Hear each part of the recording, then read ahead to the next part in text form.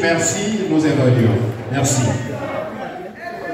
Nous sommes en train de donner des constats, mais vous savez aussi que les syndicats, ils ne peuvent pas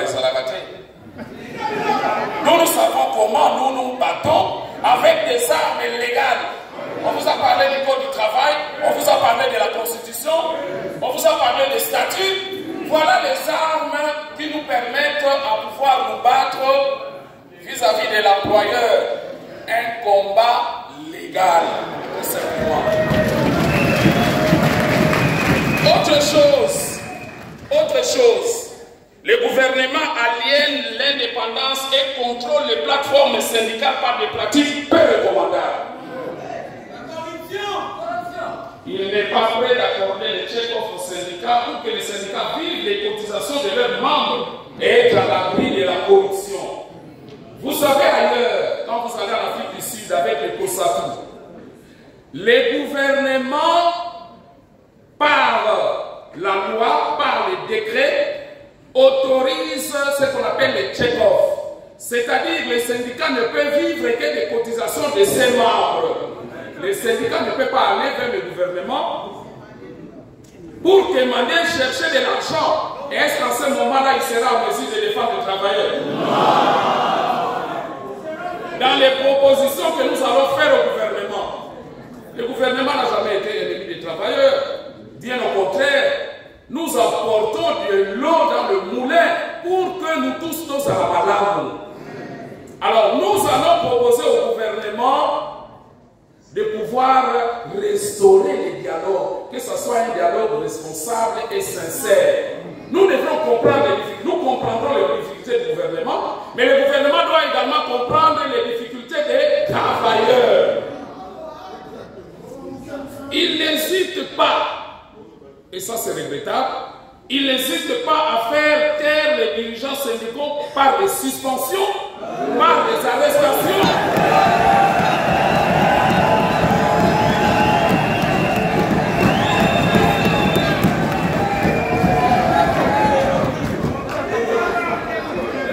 Je dois terminer cette phrase. Le gouvernement n'hésite pas à faire taire les dirigeants syndicaux par des suspensions, des arrestations, des brimades, des emprisonnements en violation des lois qu'il a ratifiées. Vous savez, pour fonctionner, nous avons la Constitution, mais nous avons la Convention 087. Lorsqu'on nous arrête et que les préposés ou l'inspecteur nous demande « Mais pourquoi vous faites ça ?» Au moment où tout le monde sait que le syndicat est régi par des lois et la Convention 087 que le gouvernement a ratifiée nous donne la possibilité de pouvoir défendre les travailleurs.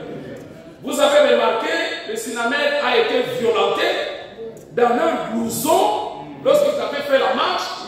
Nous-mêmes dernièrement, parce qu'on voulait faire un sit-in avec les retraités, injustement retraités irrégulièrement, nous avons été enlevés. Je pense qu'il est temps que nous puissions dire à notre gouvernement que les syndicats ne sont pas des ennemis. Et j'ai eu le bonheur de rencontrer le président de la République lorsque j'ai conduit la délégation des syndicalistes. J'ai rappelé cela au président Félix Antoine Tshisekedi.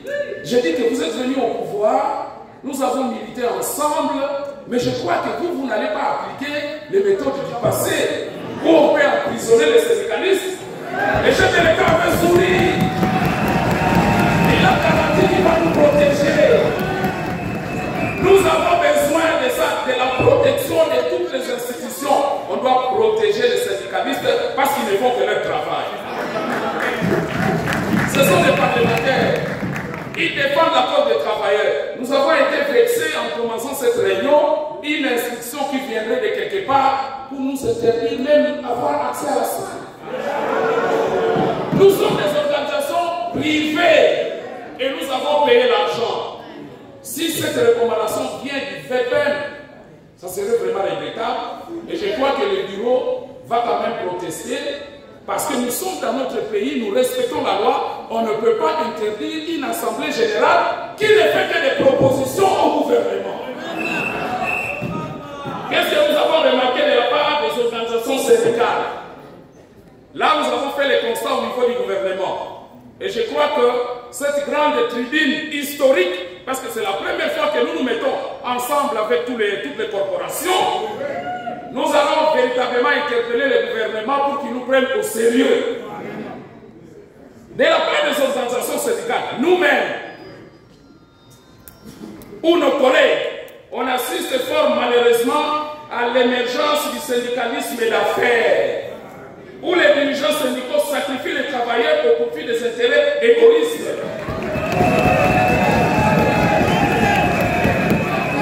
Les syndicats travaillent en ordre dispersé. Mais qu'est-ce que vous allez gagner?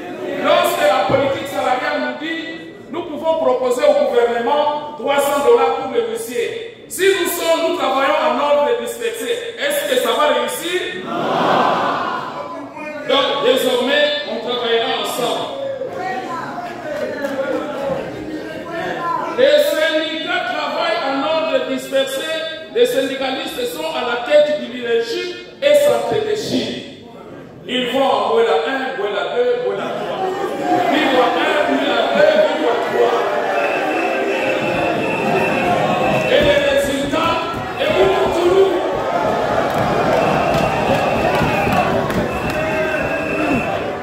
On assiste à l'insuffisance de formation syndicale. C'est comme dans les partis politiques. Regardez quand il marche, il casse tout.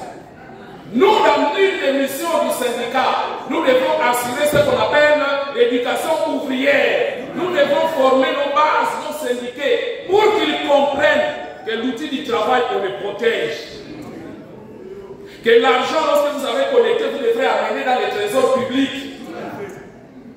Ne participez pas au vol. Nous avons également constaté que les syndicats sont devenus, il y a émergence d'un leadership syndical faible, corrompu et intéressé. Trois adjectifs: un leadership faible, corrompu et intéressé. Mais si vous êtes dans la corruption, est-ce que l'employeur aura peur de vous? Non. Est-ce que lorsqu'il signe le protocole d'accord, est-ce qu'il va l'exécuter? Non. Rappelez-vous de l'accord de Mbou du 2004. En ce moment-là, on était encore peut-être jeune, je dirais. En 2004, on avait encore plus d'énergie. Nous sommes allés partout. Accord de Mbou, on a vu Zaïd Nkoma. Accord de Mbou du $208 pour le lycée, $2080 pour le secrétaire général. Et ils ont signé avec toutes les autorités qui sont encore au pouvoir aujourd'hui, notamment son excellent Jean-Pierre Bemba. Ils ont signé l'accord de Moudi. Nous l'avons, mais ça n'a pas eu d'application qui pourra permettre aux agents de se retrouver. Et il y a d'autres protocoles d'accord qui se chevauchent. Après tel protocole, il y a un autre et il y a un autre. Mais il n'y a pas d'application. C'est parce que les organisations syndicales sont effectivement faibles, corrompues et intéressées. Vous allez à Bibois, à la fin vous avez $1500. Et on vous coffre là-bas, vous mangez, vous buvez. Il y a un ministre qui nous disait, vous allez discuter, et il dit non, vous avez bango. Mais maintenant on a Bibois, on a 3 mois. On regarde, mais vous avez des syndicalistes qui continuent à faire ces jeux-là. Est-ce que nous devons continuer à tolérer ça?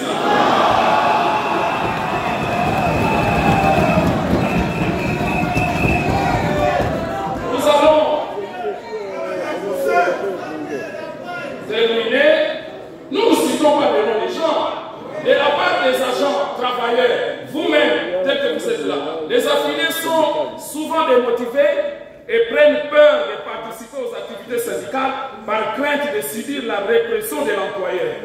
Parce qu'aujourd'hui, à l'EPST par exemple,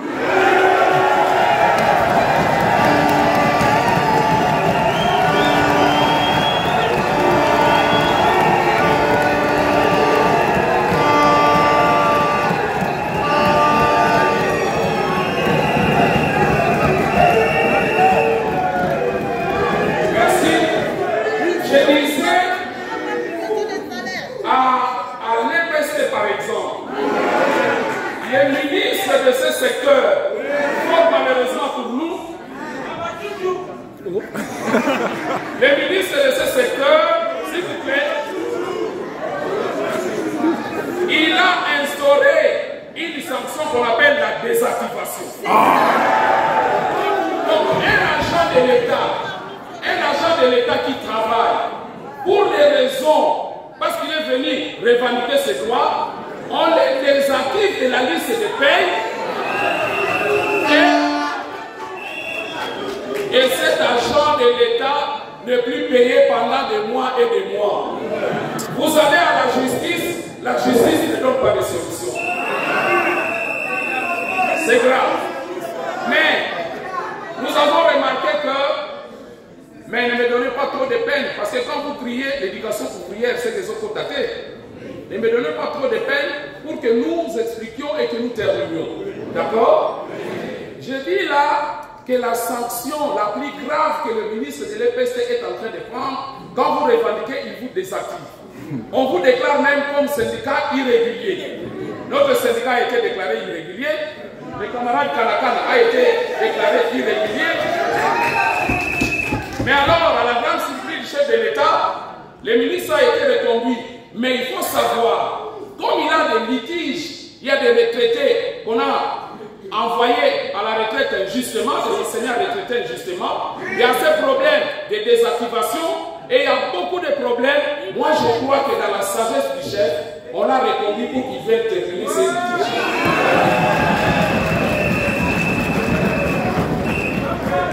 Alors, nous nous sommes mis ensemble pour mettre en place une synergie des organisations syndicales et sociales qui va restaurer l'âme syndicale et qui doit placer les travailleurs au centre de l'action syndicale.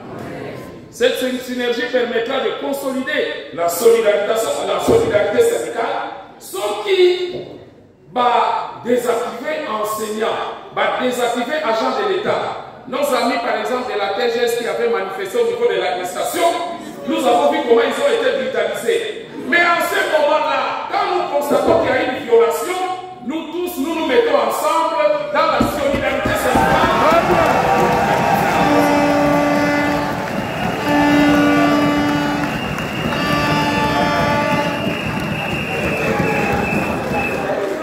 Alors, nous nous sommes retrouvés ensemble.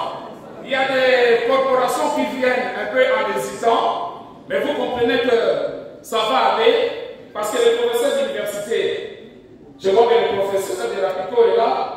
Quand ils vont en grève, l'année passée, ils ont fait 3 mois. Ils n'ont pas eu gain de cause. Et après, ils sont allés, ils sont rentrés, commencer à évaluer nos étudiants, nos enfants, sans avoir donné de matière. Et pourquoi ils sont allés en grève?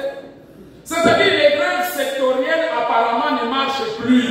Et le gouvernement s'est habitué.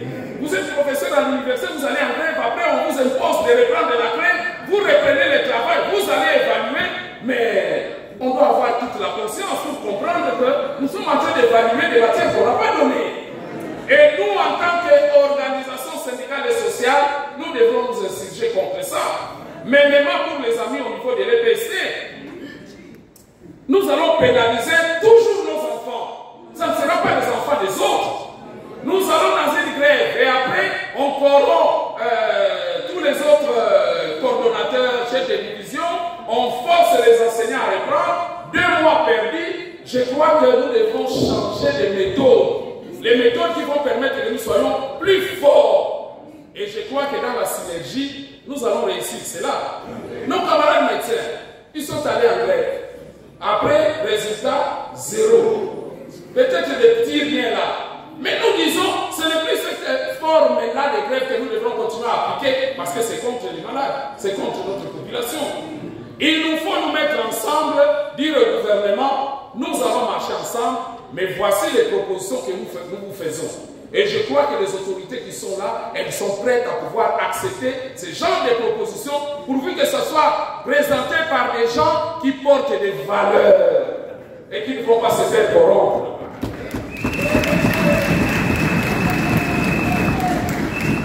Alors nous terminons. Je ne peux pas terminer mon propos sans inviter les membres du gouvernement. et les dirigeants syndicaux à cette sagesse sur la sauvegarde du bien commun contenu dans Habakkuk 2. Voilà ce que Dieu dit. Malheur à celui qui amasse pour sa maison de gains iniques. J'ai dit inique. Afin de placer son nid dans un lieu élevé pour se garantir de la main du malheur. C'est l'opprobre de sa maison. C'est l'opprobre de ta maison que tu as résolu en détruisant des peuples nombreux. Et c'est contre toi-même que tu as péché. Je vous remercie.